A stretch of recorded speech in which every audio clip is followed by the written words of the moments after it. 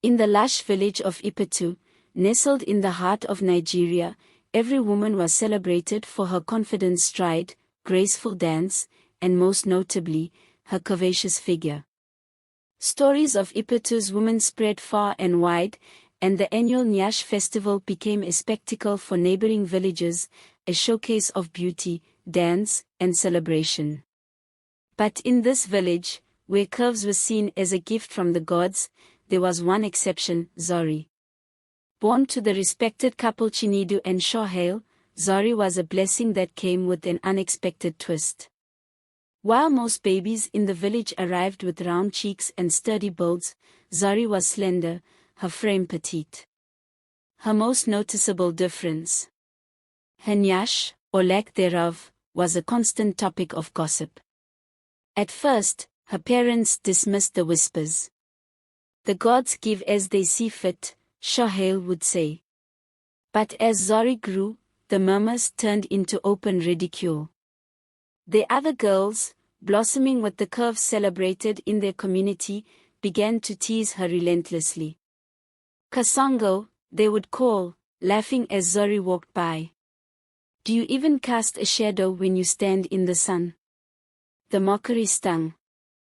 Zori avoided playing with the other children, finding solace by the stream where she could sit alone, staring at her reflection. She wondered why she was so different, why the gods hadn't blessed her like the others. One day, after an especially harsh comment, she returned home in tears. Her mother, Shohail, pulled her into a tight embrace. "My child, beauty is not just about what people see. It's about how you carry yourself, your kindness, your strength." But Zori wasn't convinced. "Mama, no one will ever look at me that way. I'll never be celebrated at the festival. I'll always be Kasongo."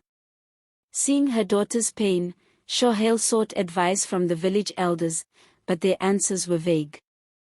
"The gods give what is needed, not always what is wanted," they'd say. Still, Shohali's heart ached for Zori. One evening, Zori overheard the older girls talking about a secret solution, a potion crafted by the enigmatic Aya Egba, the village healer. "She can fix anything," one girl whispered. "But she asks for payment in more than just money." Determined, Zori sought out Aya Egba the next morning. The old woman's hut stood at the edge of Ipetu, surrounded by a garden of strange herbs and a lingering mist that gave the place an otherworldly feel. When Zori entered, the air was thick with the scent of burning sage. "What brings you here, child?" Aya Egba asked, her voice both kind and stern. "I want to be like them," Zori said, her voice trembling. "I want to belong." Aya Egba studied her for a long moment before shaking her head. "The gods crafted you with care, Zori. To change their design is to challenge their wisdom." "Please, Mama," Zori pleaded, tears streaming down her face. "I'll do anything." The healer sighed and handed her a small calabash filled with a dark liquid.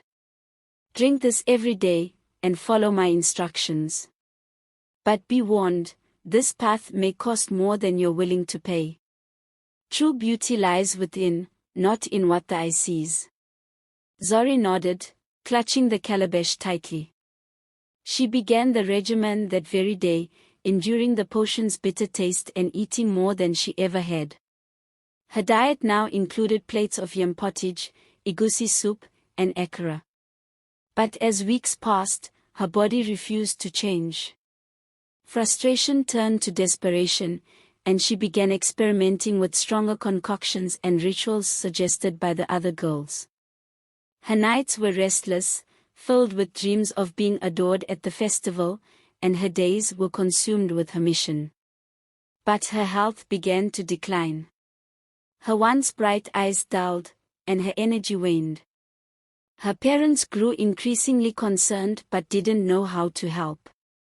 The turning point came on the eve of the Nyash festival. Zori, weak from her efforts, collapsed. Her parents rushed her to Aya Egba's hut, where the healer worked tirelessly to save her. By morning, Zori had regained consciousness but remained fragile. "You challenged the gods for the approval of others," Aya Egba said sternly. "Was it worth risking your life?" Zori wept.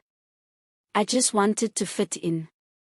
"The gods do not make mistakes," Aya Egba replied.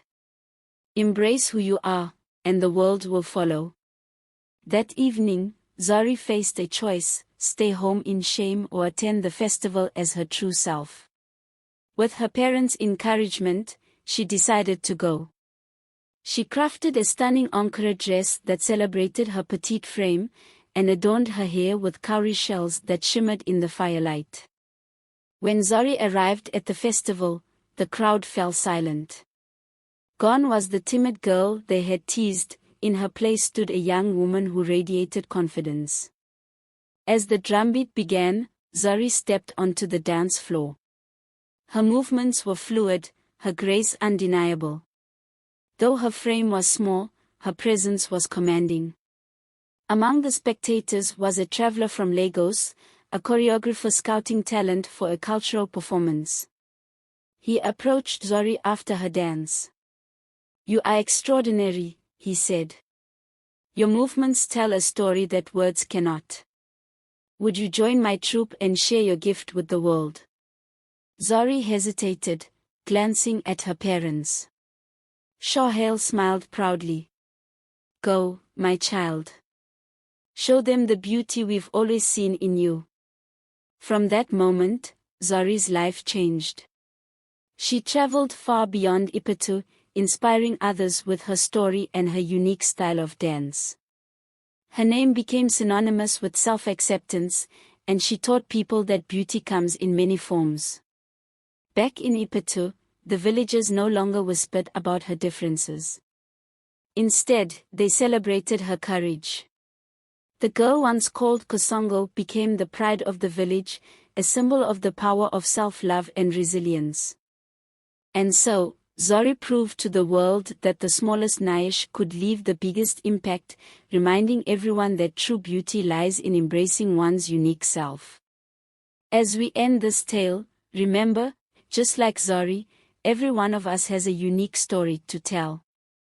Embrace who you are and let your light shine. If you enjoyed this story, don't forget to like, share, and subscribe to Echoes of Africa for more captivating tales like this one. Let's keep celebrating our heritage and the stories that make us who we are.